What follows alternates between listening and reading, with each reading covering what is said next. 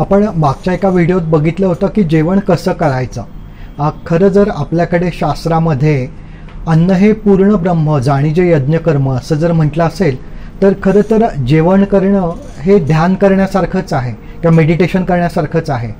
जर आपण योग्य पद्धतीने योग्य शास्त्रीय पद्धतीने जर जेवण केलं तर ते वेगळं मला नाही वाटत की ध्यान करायची वेगळी गरज आहे, तेच ध्यान होऊ शकतं।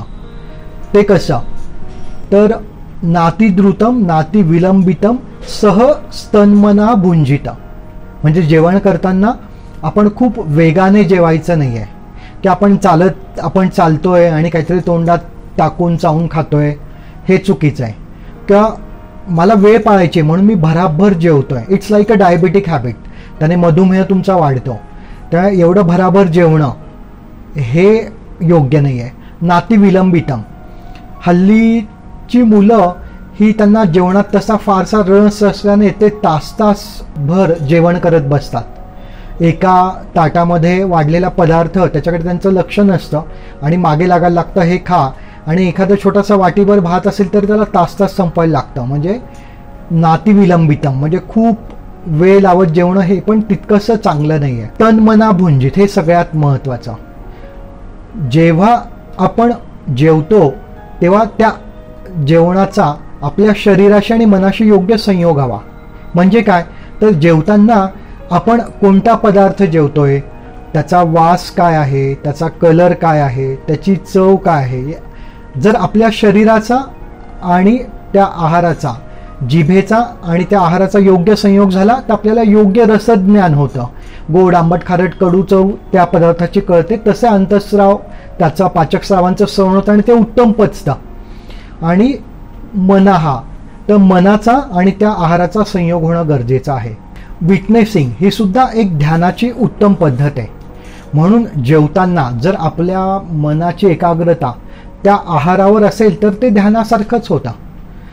मग जेवताना आपण मोबाईल जर बंद ठेवला किंवा चित्रपट किंवा टी व्ही बघणं बंद ठेवलं किंवा एखादं वाचन करतोय आणि सोबत जेवण करतोय हे बंद ठेवलं किंवा एखादं काम करतोय आणि जेवण करतोय हे जर आपण बंद ठेवलं तर आपली सगळी ऊर्जा त्या आहारावर एकाग्र होते आणि मग साहजिक आहे अन्न हे पूर्ण ब्रह्मच असणार आहे। जर आपली इंद्रिय त्या आहारावर एकाग्र झाली तर त्या आहाराचा जो काही उद्देश आहे, उदर भरण नोहे जाणीजे यज्ञ कर्म, म्हणजे निसर्गातला आहार हा आपण सेवन करतो, त्याचं शरीरात पचन होतं, त्याचं शरीरात शोषण होतं, नंतर चांगलं शोषण आणि पचन असेल तर उत्सर्जन पण चांगलं होतं, तुम्हाला मलांचा वेग चांगला येतो, पोट चांगलं साफ होणार आहे, चांगली झोप येणार आहे अशा आहारानंतर। तर या पद्धतीने आपण आहार का घेतो तर या योग्य पचन आणि शोषण झालं तर आपले रसादी सप्त धातू आहेत,